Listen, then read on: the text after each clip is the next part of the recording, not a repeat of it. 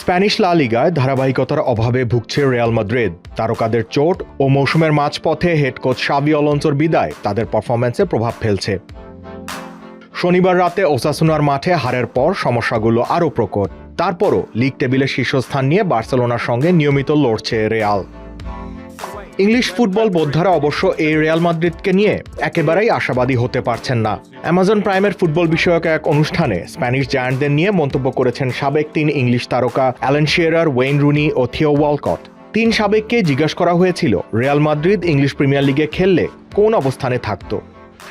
রুনির মতে, মাদ্রিদ যেমন খেলছে তাতে করে ইপিএল এর শিরোপা নয়, বরং শীর্ষ 4-এর একদল হতে পারত তারা। সাবেক ম্যানচেস্টার ইউনাইটেড স্ট্রাইকারের মতে, স্পেনে মাদ্রিদ বছর জুড়ে যে মানের অ্যাওয়ে ম্যাচ খেলে সেটা ইংল্যান্ডে অনেক কঠিন হতো। শিয়েরারও একমত রুনির সঙ্গে। নিউক্যাসল ইউনাইটেডের এই কিংবদন্তি মনে করেন রিয়াল শিরোপা না জিতলেও ইংল্যান্ডের সেরা 4 দলের একটি হতো। তার মতে, রিয়াল গোল হজম করত ঠিকই, কিন্তু তাদের যে মানের ফরওয়ার্ড রয়েছে তারা অধিকাংশ দলকে গোল করার দিক থেকে ছাড়িয়ে যেতে সক্ষম।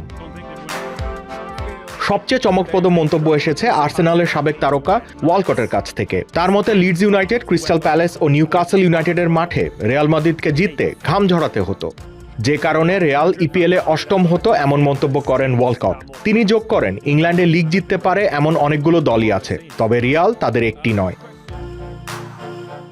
গত মৌসুমে ইংলিশ প্রিমিয়ার লিগের শিরোপা জিতেছিল লিভারপুল। শীর্ষ 4-এর বাকি 3 দল ছিল যথাক্রমে আর্সেনাল, ম্যানচেস্টার সিটি ও চেলসি। পরের 4টি স্থানে ছিল Newcastle, Aston Villa, Nottingham Forest ও ব্রাইটন অ্যান্ড হোভ অ্যালবিয়ন।